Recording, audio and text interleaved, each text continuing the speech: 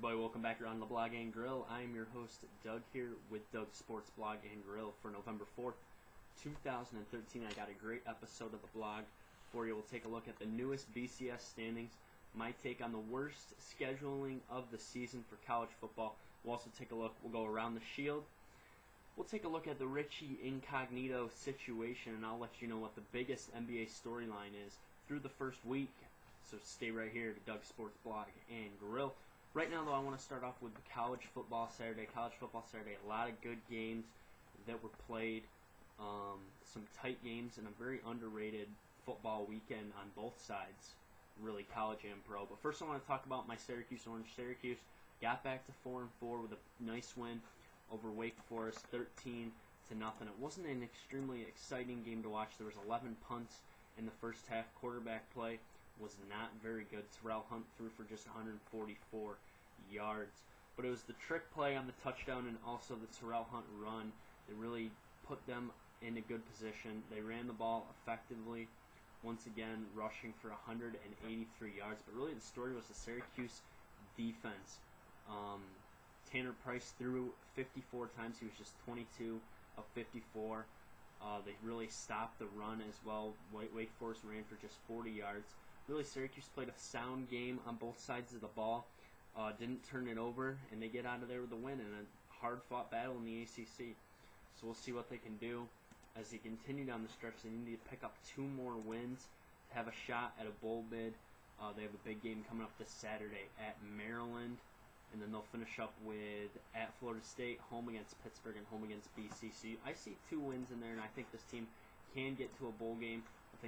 I think they could finish 7-5 this year overall.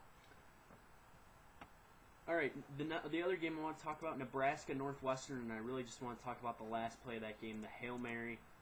We've seen Northwestern really struggle recently since being ranked number 19. They've lost 5 in a row, dating back to that loss to Ohio State.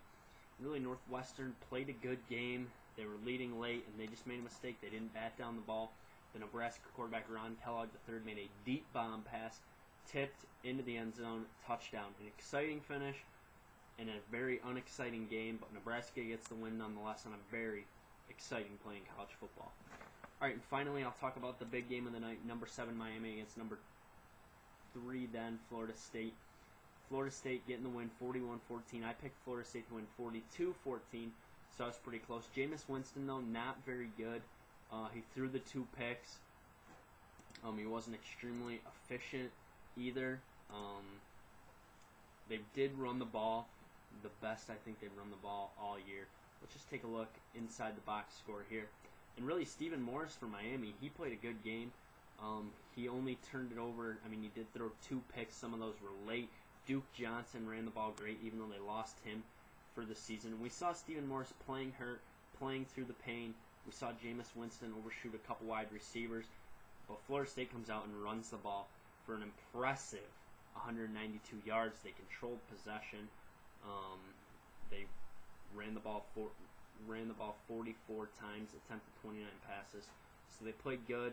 517 yards total offense, 275. Just a good game. Jameis Winston showed that he can get it done. I don't think this was good for his Heisman shot, but I mean, I think he still took care of business, got his team unbeaten. And now we'll go to the BCS top 5 after I finish the week 2-1. Win my picks, miss big time on the upset alert, but you'll have that from time to time. Alabama still at the top. Then we got Florida State jumping over Oregon. We have Ohio State, and then we have Stanford, and we have that big game coming up this week, 3 versus 5. But I just want to talk about the standings.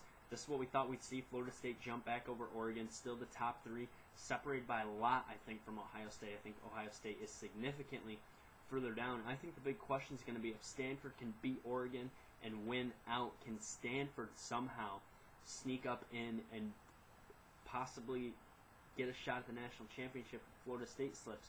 I mean, I could see a case where I'd take a 1-loss Stanford over an unbeaten Ohio State just on strength of schedule. I think Michigan State playing well is going to help Ohio State as they could match up in the Big Ten title game. But really, I'd take a 1-loss Stanford over a unbeaten Ohio State at this point. I think it'd be a better game. I think overall, I think Alabama could slip up. They got LSU coming up this week. We got a big weekend of college football coming up. and it's going to start on Thursday night. I'm just going to say I don't like the scheduling of this Thursday night game, Oregon against Stanford. Oregon never gets on national TV. They've been on national TV once. They blew out Washington, and we have not seen them play a big game this year. And then they go ahead and they schedule the game 9 o'clock Thursday night. Who's going to be watching that game? You'll be watching the NFL. It's a terrible scheduling plot on their part, and I think ratings are not going to be great for this game. And I wish this game would have been a Saturday night 8 o'clock game. Would have been a whole lot better. We'll see what happens with the ratings, but I don't think it's going to be great. Alright, so that's my take on college football for today. We'll be back on Wednesday with my Heisman top 3, as it has switched and could switch even more after that game on Thursday night. But now it's time for Around the Shield. Around the Shield, we'll start with the Sunday night game. Indy erasing an 18-point deficit. They take down Houston 27-24. Jason Campbell does enough. Baltimore continues to struggle. Cleveland wins 24-18. Tom Brady throws for 4 touchdown passes, including 1 to Rob Gronkowski. New England all over Pittsburgh 55-31. Nick Foles has the greatest offensive performance of the day. 7 touchdown passes in the 49-20 win over the Raiders. The Seahawks erase a fourth quarter deficit as well. They rally to win in overtime over Tampa Bay 27-24. Kansas City forces 2 defensive touchdowns. Buffalo struggles with Jeff Toole at the helm, and Kansas City goes to 9-0, 23-13. Dallas, Tony Romo, a late game drive to put Dallas ahead, wins over the Vikings 27-23. Chris Johnson has a monster game for Tennessee against the Rams. Titans win 28-21. The Jets once again stifle a great offense. Rex Ryan gets it done against his brother Rob Ryan. Chris Ivory goes for over 150. Jets win 26-20. Washington taking down the Chargers 30-24 in a late game overtime touchdown. And we see Carolina take apart Atlanta 34-10. Cam Newton, another impressive day. And of course, the Thursday night game we saw was Miami and Cincinnati. Miami winning on the safety 22-20. So my picks yesterday, I was 2-1. I picked correctly on the Sunday night game, and I picked the Patriots. I failed to come through on the Redskins and the Chargers. All right, so now I want to talk briefly about the biggest thing in sports right now. Richie Incognito. Now it's saying he's used slurs against Martin and his family. I mean, Richie Incognito, we've known this guy to be a tough guy. Got kicked off his team at Nebraska, released from the Rams, and now he's here, gets into more trouble. And really, I can't feel bad for the guy. The guy's a bad dude. He says bad things. He's just hurting people. And he doesn't deserve to play in the NFL. It's not a right to play in the NFL. It's a privilege, and he's not earning that privilege right now. So I think Richie Incognito is going to be out of the NFL, and he could be out of the NFL for good. I mean, this guy's had numerous problems, numerous issues, and I think he's gone for good, and he should be, because you can't treat people like that in this day and age anymore. All right, Monday Night Football pick Green Bay at home, taking on the Bears. Green Bay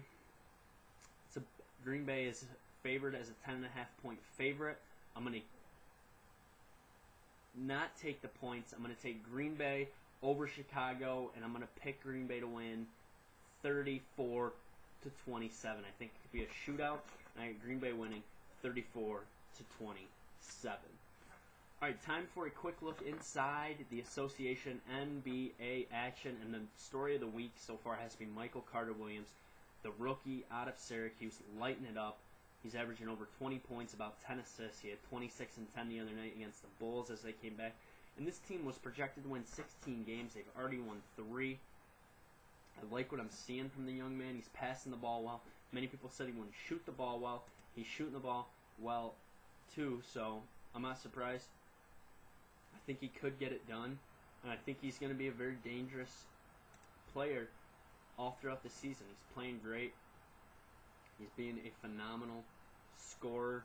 He's averaging 9 assists, 4 steals, and their next game is going to be at home against Golden State tonight, so that should be one to tune in for to see what Michael Carter-Williams can do tonight. Other New York NBA action, the Knicks continue to struggle last night. They almost came back in a game against the T-Wolves. Kevin Love hit some late shots. Carmelo Anthony really struggling to shoot the ball, and the Knicks are 1-2. They get ready to take on the Bobcats tomorrow night. And the Brooklyn Nets are not running an offense very effectively at this point. We see Brooklyn starting out 1-2 as well. A big loss. They got blown out last night, 107-86 to the Orlando Magic. We'll see them take on the Utah Jazz tomorrow at 7:30. Should be a good one. All right, so I'll be back on Wednesday with the Week 9 awards, also my Heisman top 3, and I'll take a look inside the top 5 MLB free agents, and I'll tell you where they're going to go. Follow me on Twitter, YankeeBaller415. Comment, questions, subscribe to my page. Thanks for tuning in to Doug's Sports Blog and Grill. I will see you on Wednesday. Have a good